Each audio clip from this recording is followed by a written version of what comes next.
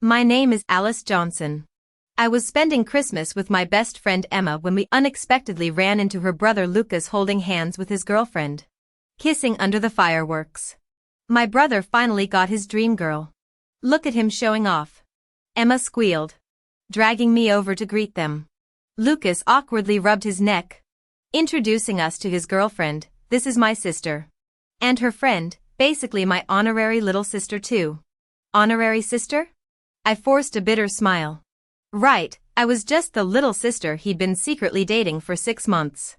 Emma had dragged me to the Riverside fireworks show after her breakup, calling it a single ladies' night out. Little did she know I'd been hiding a relationship this whole time. Guilt gnawed at me as we pushed through the crowd. Until Emma suddenly gasped, "Holy crap. Isn't that Lucas?" I followed her gaze to the unmistakable tall figure in the black puffer jacket I'd gifted him last week, the same guy who'd canceled our Christmas plans claiming work obligations. Fireworks exploded overhead as he tenderly cupped a girl's face and kissed her like she held the secrets of the universe. My vision blurred as winter wind stung my eyes. Emma's shrieking voice pierced through my numbness. The campus goddess Lucas had pined over for years. I desperately blinked back tears, wanting to vanish into the night. But Emma yanked me forward. "We're making him treat us to late-night pancakes." The fireworks finale faded as we reached them, their interlaced fingers still glowing with new relationship electricity. Emma jabbed Lucas' shoulder, caught red-handed. "Introduce us to your girlfriend already." He froze when he saw me, throat bobbing before managing, "What are you two doing here? Single people can't enjoy fireworks?" Emma retorted. "Stop changing the subject." Lucas' gaze slid away from me, settling on the blushing girl beside him with moonstruck tenderness. "This is Emily, this is my girlfriend." With that, he wrapped his arm around her shoulders and softly added, "This is my sister." And the one next to her, both pairs of eyes across from us locked onto me. My vision blurred as I instantly lowered my head. Lucas's introduction floated through the air. "She's my sister's friend. Practically family." The girl smiled shyly. "Hi. I'm Emily." Emma giggled. "Oh, I know. Lucas has liked you forever. He showed me your photos and talks about you non-stop." I'd avoided being around both siblings together for months, even skirting any mention of Lucas during chats with Emma. So he'd secretly liked Emily all this time? What did our 6 carefully hidden months even mean? Drawing a shaky breath, I forced a smile. "Merry Christmas, Lucas and Emily." My voice trembled horribly. 10 minutes earlier, his text still glowed on my phone. Frowny face. "Sorry babe. Swamped with work. Still buried in documents. Hope you have an amazing holiday." He'd certainly given me an unforgettable Christmas as his sister's awkward shadow. Emily frowned at my quivering tone. "You're freezing. Let's get somewhere warm." Before I knew it, we were squeezed into a booth at a barbecue joint. Under the golden lights, I finally saw her clearly. Emily was radiant. Her lashes fluttered when she laughed, dimples appearing as she leaned into Lucas. "I know you need to return to the firm later. But could we?" He'd told me about their big case requiring all-nighters. Yet now he gently tucked her hair back. "I want more time with you." His gaze flickered to me briefly before retreating. I'd never seen this version of Lucas. For 6 months, work always came first, missing my birthday for case prep, abandoning dates for urgent calls. When I protested, he'd calmly said, "Building our future requires this. Stability grounds relationships." Like a fool, I'd believed him, swallowing every disappointment. But watching him now, I understood. When you truly love someone, you balance priorities. Being busy doesn't prevent birthday wishes. Work calls allow for quick explanations before rushing off. Like tonight, every minute here meant working later. Yet he stayed, unwilling to dim Emily's joy. Love announces itself loudly in these choices. As Emma chattered about their romance, the truth crystallized. He'd simply never loved me enough. Emily Harris had a pleasant personality and answered each question patiently. We met at school. He was the president of the debate club. Come to think of it, we're all alumni here. She continued shyly. Did Lucas like me years ago? I I never noticed. He never showed any signs. I always considered him a good friend. Emma chimed in with rosy cheeks. Today's our first official day together. He started asking me out for Christmas a month ago. And just now, he confessed. Her voice dripped with the honeyed sweetness of new love. I sat numbly through their conversation. Love at first sight? Silent devotion. Requited feelings, had I not been dragged into this mess. I might have found their story romantically pure too.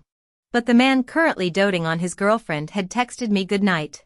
Love you mere hours ago. The dinner felt interminable. When it finally ended, Lucas announced he'd drive his girlfriend home before returning to the law firm near my apartment. Emma pushed me toward him. I'll head home first. Since you're working late anyway. Drop Alice off on your way. Lucas's brow twitched imperceptibly. As he opened his mouth to protest, Emily looped her arm through mine. Let's all go together. The objection died in his throat. I nearly refused. The idea of being trapped in a car with both of them sounded suffocating. Then I reconsidered. Why should I? The deceived party. Feel awkward? I could grieve. I could rage. But I wouldn't run. He opened the passenger door for Emily with practiced care, leaning across to fasten her seatbelt. From the back seat, I watched her replace my favorite playlist with her own. She moved with the ease of someone who'd ridden shotgun countless times. During our honeymoon phase, Lucas would often pick me up from campus. But this past month, work commitments kept him distant. Only now did I notice the absence of my hand-knitted trinket on his dashboard. The protective charm I'd prayed for at the temple had vanished too. I stared resolutely out the window, swallowing the lump in my throat. The city lights blurred past. When we reached Emily's place, she opened my door with concern. You look carsick. Take the front seat. I declined. But she insisted. Really? I don't have that weird rule about other girls sitting in the front. But I'd ridden there many times before, when Lucas was still mine. The car grew heavy with silence after she left. Lucas drummed restless fingers against the steering wheel, the rhythm of his anxiety. Minutes stretched before he finally spoke. Alice. I'm sorry. He couldn't meet my eyes. A bitter laugh escaped me. Is that all you have to say? We both knew no excuse could justify this. Yet fragments of our 6-month secret relationship flashed through my mind, him surprising me after midnight business trips, sending photos of every stray puppy he passed, sharing mundane details of his day. Had we been happy? Had he ever cared? The answer must have been yes. Or I wouldn't have foolishly hidden our relationship. I just wanted closure. Some final words to bury what never saw daylight. He rolled down the window and lit a cigarette. The glowing ember burned in silence. The cigarette burned out as Lucas finally spoke. I had feelings for her for years. But she was dating someone in our department back then. I knew it was impossible. So I never said anything. When we got together, I thought I was doing everything right. I genuinely considered a future with you, but now she's single again. When she cried telling me about her breakup, I felt this twisted mix of pity for her, guilt toward you, and this awful relief about my own chances. The only person I'm wronging here is you. Alice. Can we be like siblings from now on? You'll be like Emma to me. I almost laughed. That time you insisted on keeping our relationship secret until we were both settled in our careers, were you really just preserving your chance with her? His silence confirmed everything. Our secret romance hadn't stopped him from nurturing hope for someone else. To maintain his devoted image in Emily's eyes. He'd lied to me from the start. Whether he ever truly cared or just saw me as a distraction didn't matter anymore. Either way, I'd been blind. The smell of smoke suddenly made me nauseous. I shoved the car door open. He called after me, crawling the vehicle along the curb. But I spun around and kicked the door shut hard enough to leave a dent. The taillights disappeared around the corner. Empty streets stretched before me. Who else would be wandering alone on this festive winter night? Hot tears froze on my cheeks, the salt stinging like needles. My sobs grew louder, echoing off shuttered storefronts. A black sports car slowed as it passed, then reversed with a throaty engine rumble. The window slid down. Christ. Thought I saw a ghost. Came a familiar voice through the cold. I kept walking, tears blurring my vision until a sudden horn blast made me stumble. My knees hit the pavement. Might as well stay down. A silhouette blocked the streetlight. Ethan crouched in front of me. Features coming into focus, that quiet guy who'd sometimes been at Emma's gatherings. We'd never exchanged more than nods. My teeth chattered violently. Wind scraping my salt-crusted face. Can you stand? When I shook my head, he reached for my hood. I curled tighter, screaming, "Leave me alone!" Into my knees. The hands withdrew. My weeping turned jagged, interrupted by shivers. Suddenly, warmth enveloped me. His coat smelled like cedar and coffee. "Any chance you could cry in the car?" His teeth were chattering now too. "I'm freezing my ass off here." Peeking through the down jacket, I found him hugging himself, breath visible in the cold. Ethan hauled me up and stuffed me into the passenger seat. The blast of heat made me sneeze violently. He didn't say anything, just handed me a tissue. In the silence, I heard his fingertips tapping rhythmically against the steering wheel. It was a habit similar to Lucas's, yet distinctly different.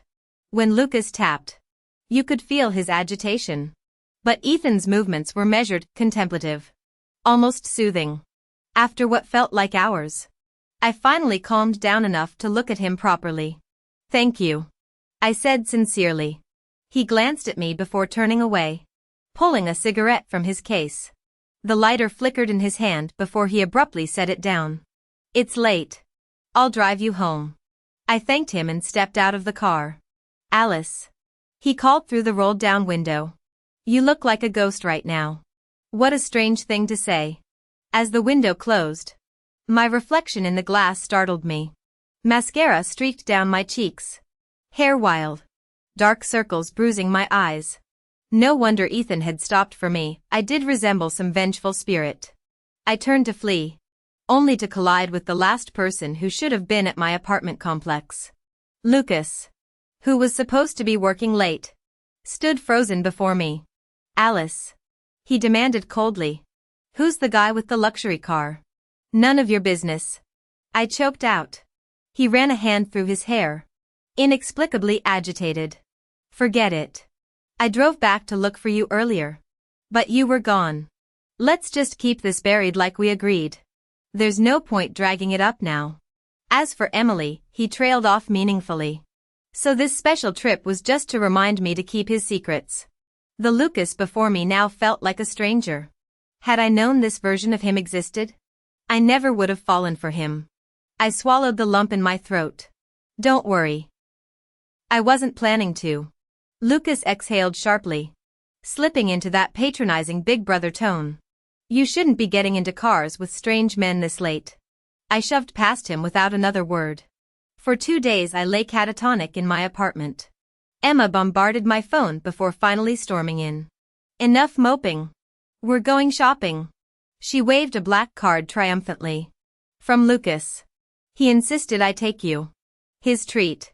Since graduating and securing his position at that elite law firm, Lucas's paychecks had grown impressively fat. Compensation? Or hush money?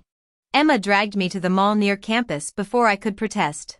3 hours of retail therapy later, I'd burned off 2 days' worth of lethargy.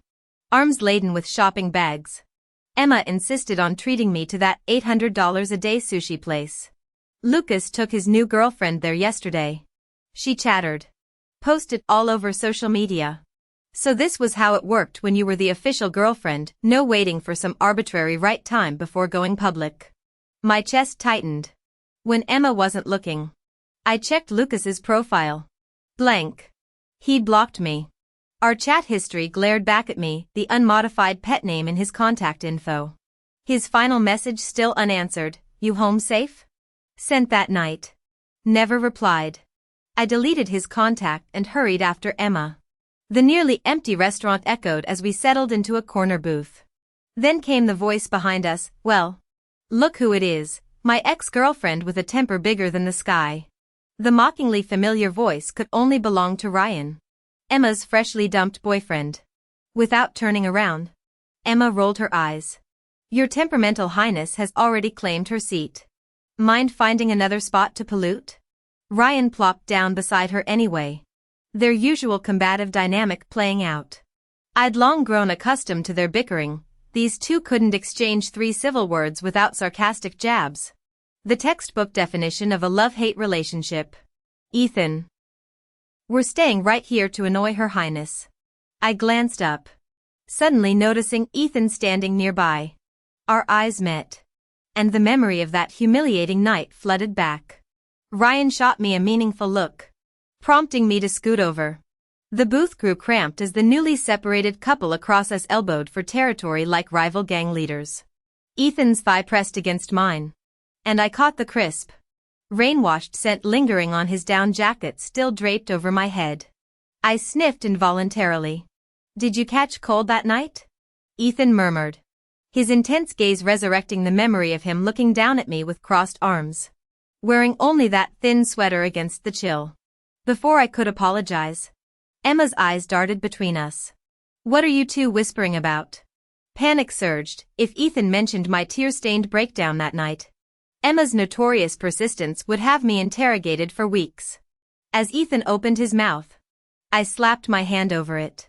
2 pairs of shocked eyes stared as heat radiated from my palm against his lips. Ethan's ears flushed crimson, his breath scalding my skin until I jerked away. Ryan wanted reconciliation tips. Ethan calmly lied when I released him. I tried asking Alice about your preferences, but she refused to betray you. The table erupted with reactions, Ryan mouthing silent gratitude while Emma nodded approvingly. That's my ride-or-die bestie. The tension dissolved into chaotic banter. I slipped outside for air, only to freeze at a familiar silhouette across the parking lot. A girl struggled against a man's embrace before collapsing against his chest. Shoulders shaking, Emily. But with someone who wasn't Lucas. Ethan's broad shoulders blocked my view as he lit a cigarette. When I stood on tiptoe to peer past him, the couple had vanished. We stood closer than I realized. Up close, his striking features held an icy elegance softened by the streetlights, chiseled jawline, unfairly long lashes, that aloof yet approachable aura. About that night, I swallowed. Please don't tell Emma. I couldn't let my mess with Lucas complicate things, nor have her worry.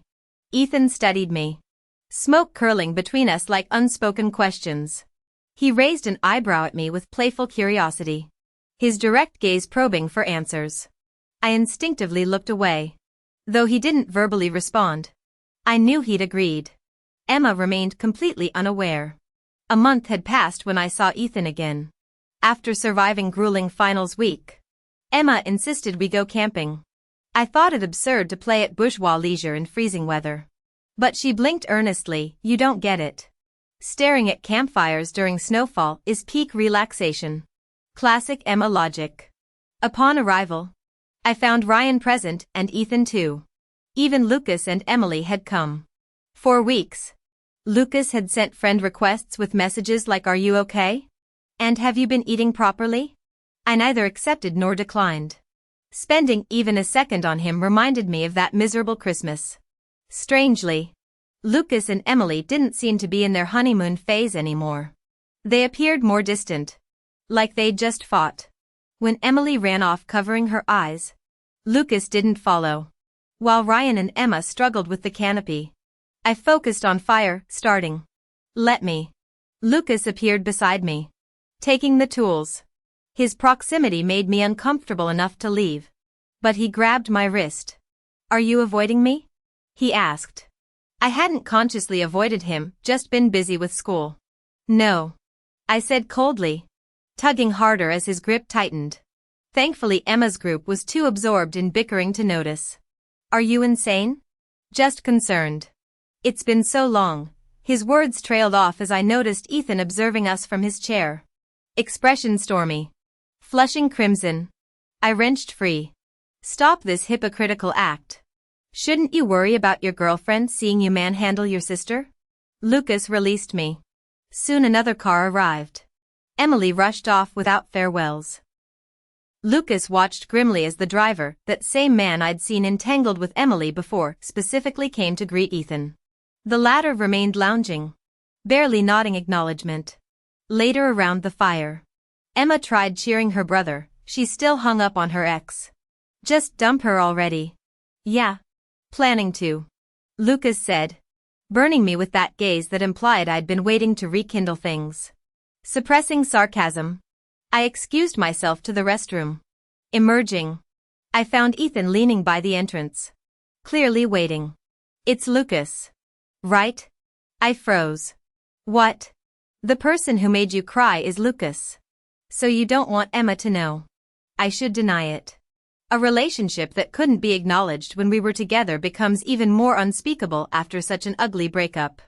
Yet in this moment, I feel tears welling up, not for Lucas, but for myself. After being played like a fool, I still have to maintain this facade of normalcy, pretending nothing happened while continuing to interact with my tormentor. Now he even has the audacity to keep harassing me. This is so fucking humiliating. As my tears threaten to spill, I quickly lower my head to leave. Ethan suddenly grabs my arm, glancing over my shoulder with hooded eyes. He murmurs, "You don't want him coming after you, do you?" I turn to see Lucas skulking behind us. "Let me help." Ethan yanks me against his chest. My face smothers in his down jacket where I hear frantic heartbeats pounding, too close to tell whether they're his or mine. After what feels like eternity, Ethan slowly releases me. "Let's go." My face burns crimson as he drags me back to camp by my hood. Lucas had already returned ahead of us, his face dark as a storm cloud. For some inexplicable reason, he starts interrogating Ethan. "With looks like yours, you must have had plenty of girlfriends?" Ryan answers for him, "Don't let the pretty face fool you. The guy's about as chatty as a brick wall. Scares off every girl who tries to approach." "What's your relationship with Alice then?" Lucas demands, startling everyone. Ethan stays silent, watching me expectantly. I blurt out, "We're together." "Sorry, Ethan. Borrowing you as human shield. I can't endure Lucas' harassment anymore." Ethan doesn't contradict me, casually draping his arm over my chair back like claiming territory. Lucas completely loses composure, eventually making work excuses to flee. Emma's eyes bulge as she squeals, "No way.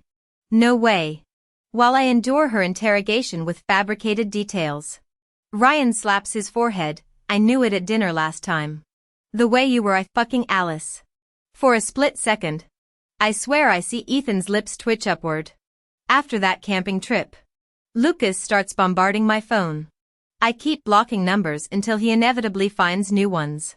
When I finally answer weeks later, he sounds ecstatic, "Alice. You finally picked up." "I've broken up with her. These past months. I couldn't stop thinking about you." I was confused about my feelings. He never stops astonishing me with new depths of shamelessness. This feels more like insult than confession. "You wanted to go skiing before? I'll take time off." "We'll." "Enough." I cut him coldly. "I have a boyfriend now. Don't contact me again, brother." She enunciated the word brother with deliberate emphasis. This was my retaliation. Lucas refused to believe it, muttering stubbornly, "No. You're just putting on an act to make me jealous. Aren't you? I can't believe you'd move on so quickly after we broke up." I actually laughed in disbelief. "What? You cheated on me while we were dating. Yet you expect me to mourn our relationship for 3 years? I hung up immediately. Ethan happened to be nearby that day. Since then, we'd developed an unspoken agreement, pretending to be a couple in public. As he put it, having a girlfriend saved him countless hassles. No more surprise confessions on the street. No more teasing from friends about being single. Whether that was true or not, he played the fake boyfriend role flawlessly. He slid the coffee he'd ordered toward me and casually asked, "Want to go skiing?" I quickly denied it. No. That was before. Not anymore. Truth was, Lucas and I had promised to go skiing during our first winter together. But when winter finally came, he dropped his Christmas bombshell. Now I neither wanted to ski nor cared for Christmas. Ethan nodded thoughtfully and dropped the subject. After New Year's, Emma practically dragged me to the airport. Ryan's birthday. You're coming with me. Being a born and bred northerner, Ryan had us boarding a flight to Harbin before I knew what was happening. The airport exit revealed a world blanketed in snow. A waiting car's passenger seat immediately claimed Emma, who chattered about the cold through clattering teeth. When I opened the back door, there sat Ethan bundled in enough winter gear to survive an Arctic expedition: scarf, beanie, gloves, the works. We were whisked straight to the ski resort without even checking into our hotel. Before exiting the car, Ethan wordlessly handed me his warmed gloves and scarf. I accepted without protest. The cold here bit through layers. Ryan complained loudly, "My dad made me ski till I puked as a kid. Now you guys show up and suddenly everyone's into this torture?" "Ethan, don't you ski in Japan every damn year?" He shut up instantly under Ethan's glare. The moment we changed into ski gear, Emma and Ryan started bickering again. She wanted matching pink couples outfits. He insisted black was more manly for a northern dude. Their standoff left Emma red-eyed. "I flew all this way for his birthday and he won't even wear pink. Forget it, I'm finding a hot instructor with abs to ski with." She dragged me toward the instructor cluster before I could stop her. True to best friend code. She even picked me a broad-shouldered Adonis, bless her soul. Just as I prepared to climb onto Instructor Hottie's back for a piggyback ride, a hand yanked my hood like scruffing a kitten. I turned to find Ethan pressing his lips into a thin line, ski goggles hiding his eyes. Guilt flooded me like a kid caught stealing cookies. I just needed a coach. Totally not because he's 6 feet 1 inch and gorgeous. I swear. 6 feet 2 inches. Free lessons. Decent skills. He dropped this non sequitur before pulling out his phone to call Ryan. "If you keep dawdling in the locker room wearing that ugly pink outfit, Emma will have her arms around someone else's neck by the time you're done." Ethan seemed prepared, holding his phone away from his ear in advance. After a distinct "holy shit" erupted from the other end, he hung up. The next second, I found myself swept off my feet in a bridal carry. The sudden elevation made me instinctively wrap my arms tighter around his neck. His lips curved upward. "Hold on tight." Skiing was absolutely fantastic. Who could understand this bliss? One moment pressed against the back of a 6 feet 2 inches hunk. The next being princess carried. Then koala hugged. Pure joy. After a few runs, Ethan had me attempt solo. He crouched to secure my snowboard, guiding my hands as we inched along the beginner slope. "Keep your center balanced. Torso upright. Good. You're learning fast." His praise barely faded when I toppled backward onto my butt and couldn't get up. Ethan leaned down to help but accidentally got pulled down himself. Sitting face to face in the pristine snow, we burst into simultaneous laughter. Sunlight pierced through the clouds, its warmth making the cold suddenly bearable. I closed my eyes, basking in the glow. "Alice." I turned to meet Ethan's gaze. His usual laid-back drawl had vanished, replaced by uncharacteristic seriousness. "Would you like to try being my girlfriend?" Just like that, I somehow became Ethan's girlfriend. When spring semester began, Ethan spent every free moment attending classes with me and bringing meals, always with little gifts. Flower bracelets from elderly vendors. Adorable keychain plushies. Just saw them while passing by. He'd shrug. Emma marveled. "Since when did Ethan turn into such a doting boyfriend?" She side-eyed Ryan. "Take notes from your bro here, you're embarrassing to look at." One afternoon, I rushed downstairs after class to find Ethan conversing with someone, Emily's on-again boyfriend. Emily pulled me aside.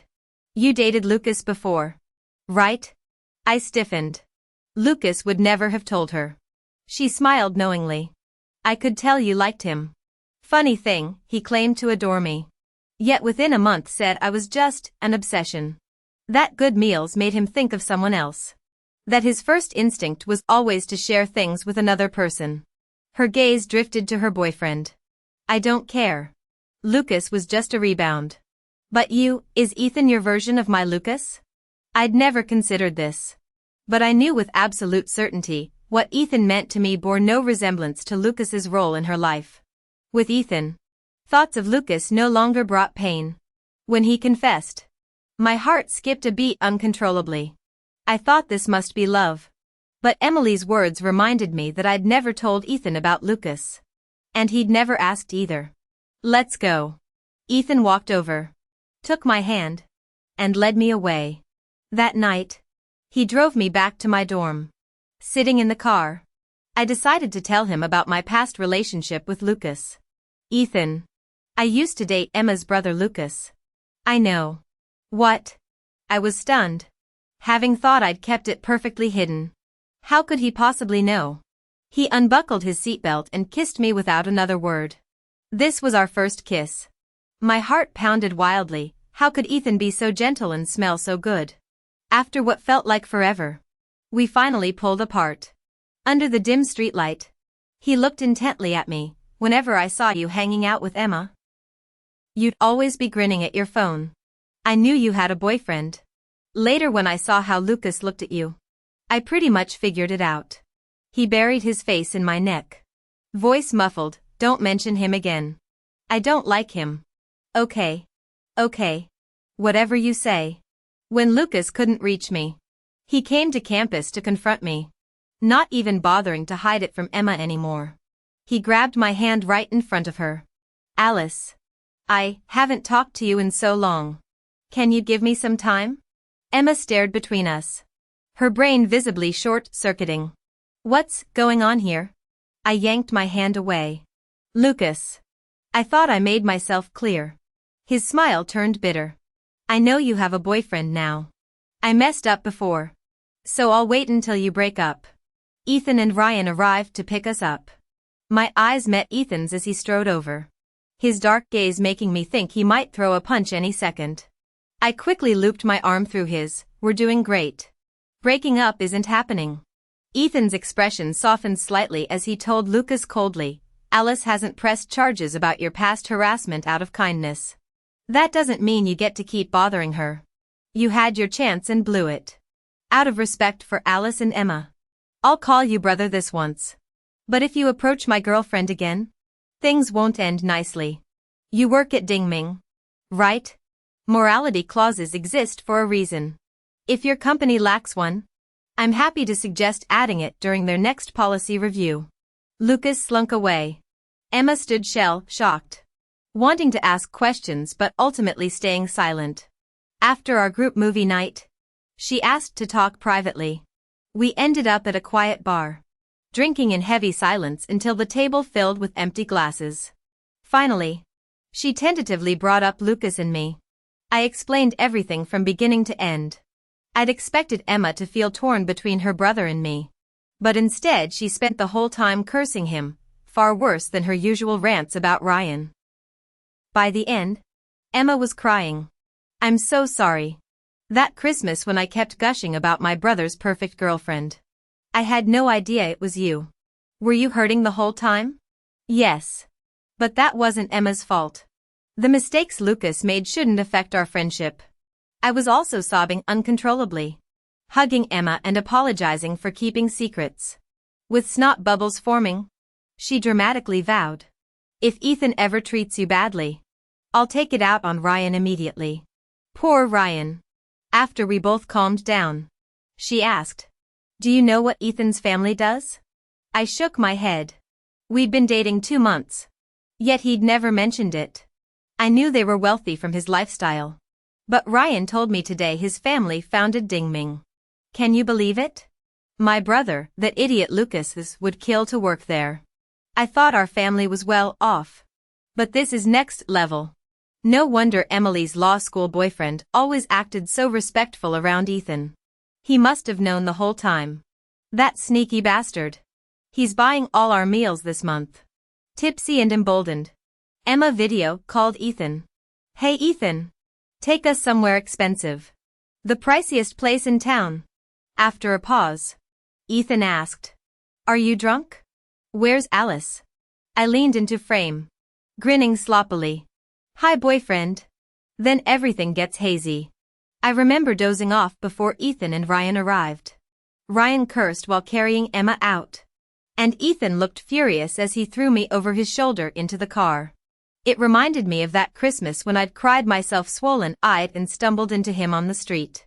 I'd buried my face in his coat, inhaling his scent while mumbling, "You said I look like a ghost."